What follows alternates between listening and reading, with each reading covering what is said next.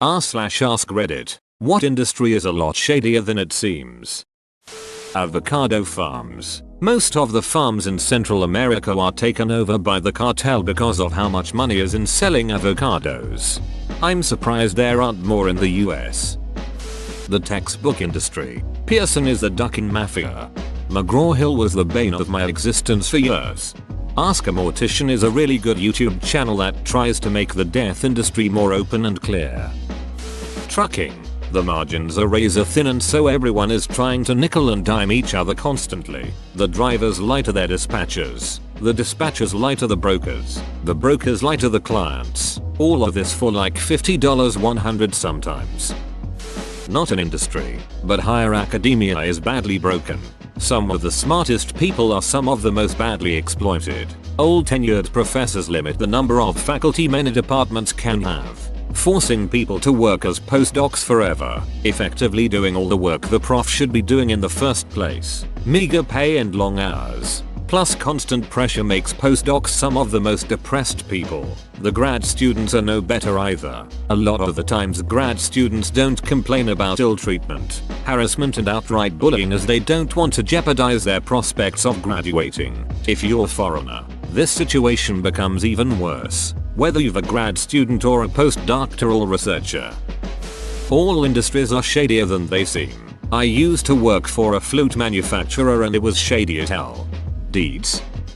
The maritime industry. Most of the big companies do things by the book and treat crews well because they're afraid of lawsuits and unions. But many smaller mom and pop companies break laws and violate safety regulations with reckless abandon because they are not as visible and can stay under the radar, so to speak. It's very common for a small company to ask a captain crew to do something illegal and dangerous in order to increase profit, and for the captain crew to comply out of fear of losing their jobs. And that's just the US maritime industry. Sailors from poorer nations who work on ships are often fed little more than rice and cheap ramen for months at a time and paid pennies for their back-breaking work. I love running tugs for a living, but the industry as a whole is rife with shady business.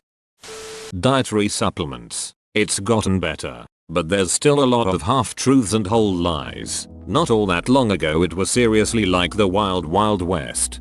And doing your own research is nearly impossible since the signal-to-noise ratio of the information is so low.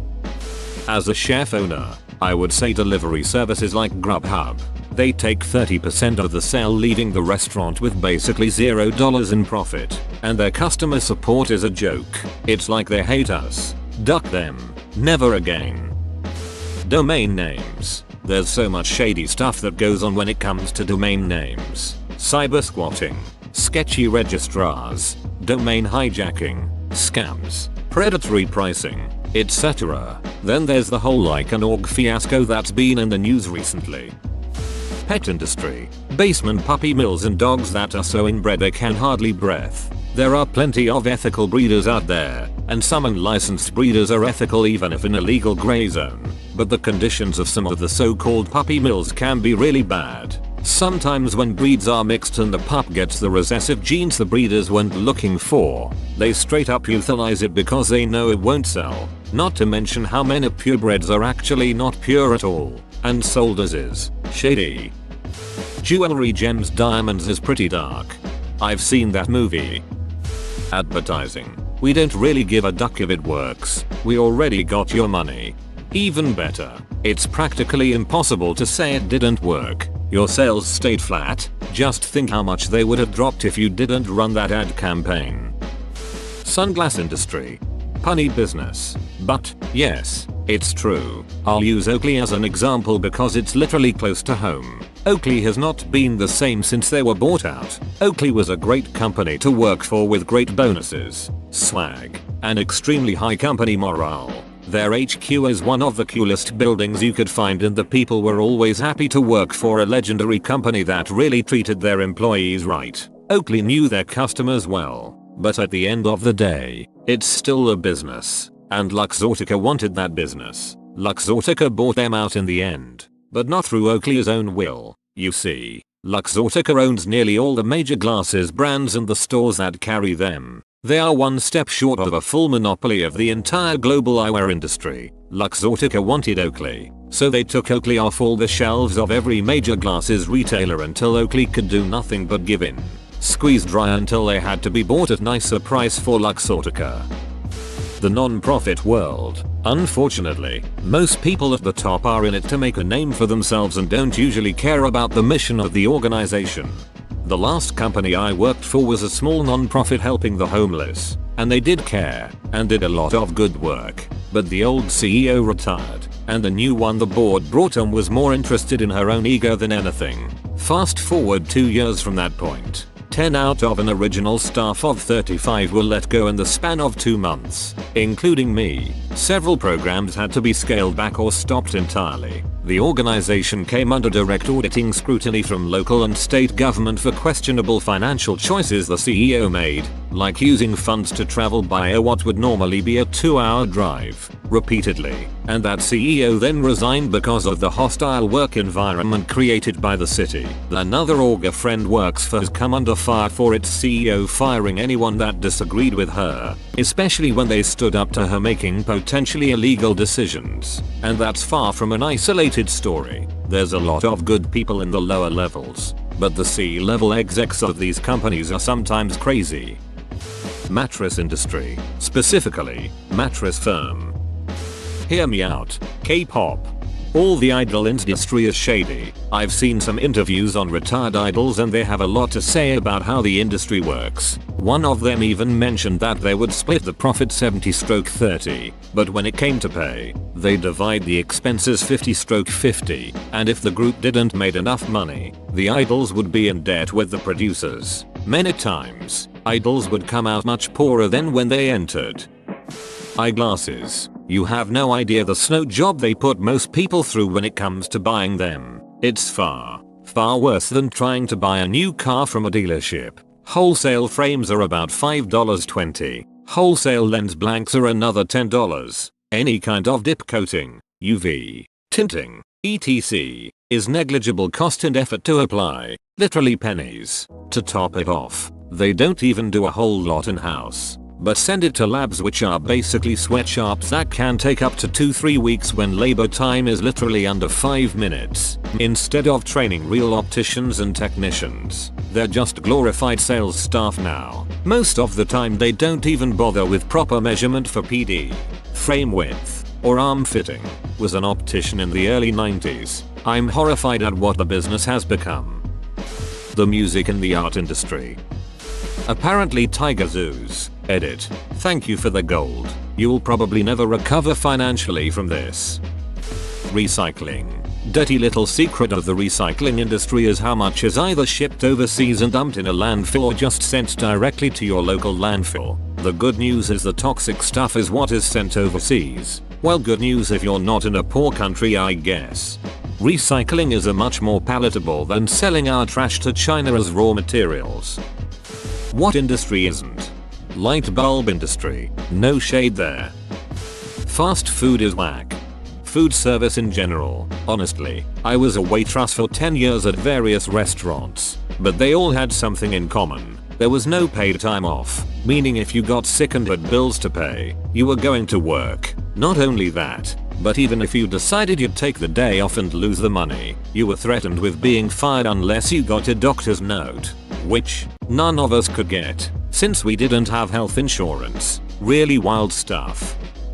Shipping industry, with major corporations such as Walmart being one of the biggest contributors to selling stolen goods. Sometimes trucks go missing or sometimes trucks leave earlier than the established time of departure and never arrive to their destinations. Let's say you have a Walmart appointment for 9 AM. For a 2,000 carton order, it would take at least 2 hours to load all that. But once the loading is done, the truck driver needs to wait until confirmation is given in written form. Well, Walmart truck drivers vanish halfway through the loading and never return. Now, Walmart has about 1,000 boxes not accounted for, plus no confirmation whatsoever that these 1,000 boxes were part of that 2,000 carton order, so they treat them like a bonus. So far, only UPS, FedEx and FedMail are the only companies that keep a close count and send back anything that wasn't in their original order. Heck, Fred Mayer sends the entire order back just for a single mislabeled box. LOL. These 3 guys are the good guys, from what little I've seen.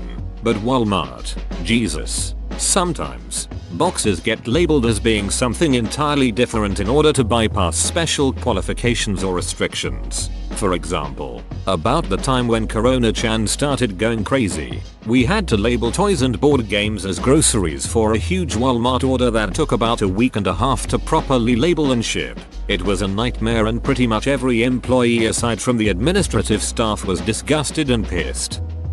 Sex toys. It's horribly unregulated and there are tons of manufacturers that use unsafe materials to make their toys. r/sex toys has lots of great info for people looking to get any. Medical research. The only way people can keep their jobs at a lot of the institutions with better facilities is to create a steady stream of high impact publications. Now, research doesn't work that way. You get the supported results whenever it happens. But that's not how hiring, promotion, or tenure committees see it. This means that, in order to ensure you get enough of these desirable publications in the right period, you have to do all sorts of corner cutting.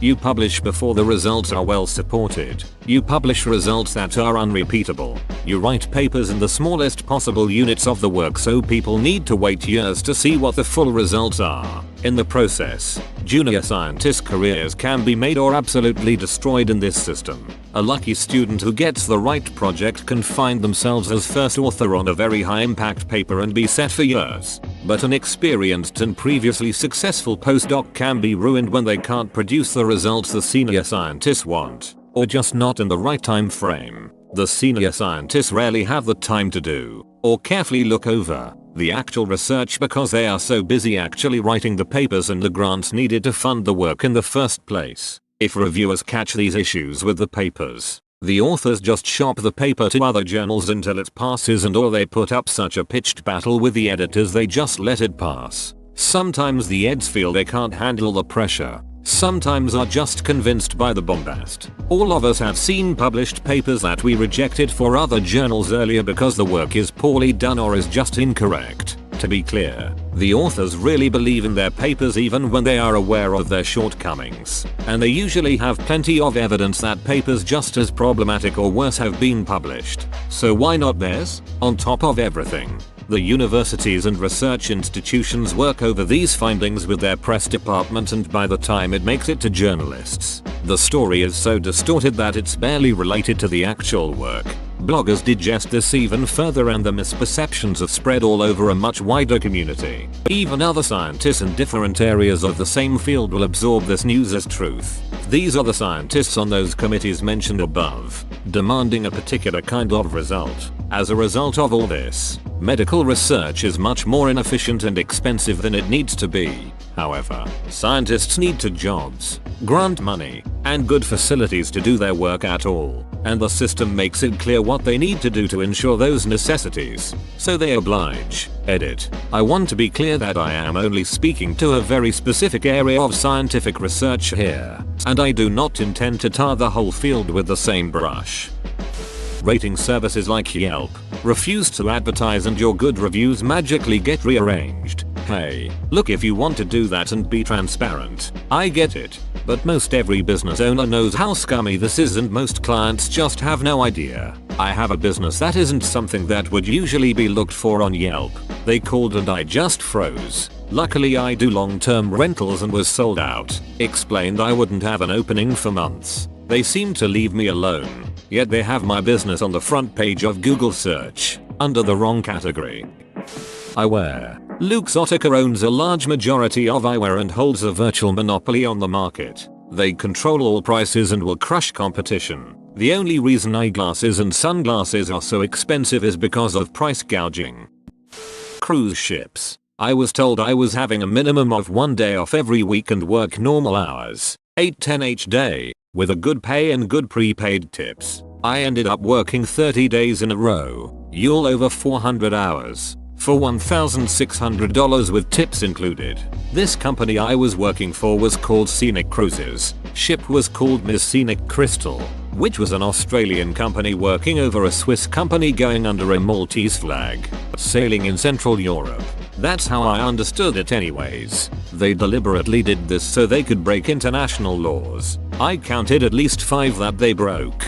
Biggest scam company I ever worked for. I resigned after my first month. The police boarded the ship every once in a while because they knew this, but they couldn't do shit because they had no jurisdiction over the ship. I was forced to work with a 39 Celsius fever. I really wanna duck this company up, but I literally have no idea how. And hiring an international lawyer or whatever is too expensive. Edit. If anyone knows how, please contact me.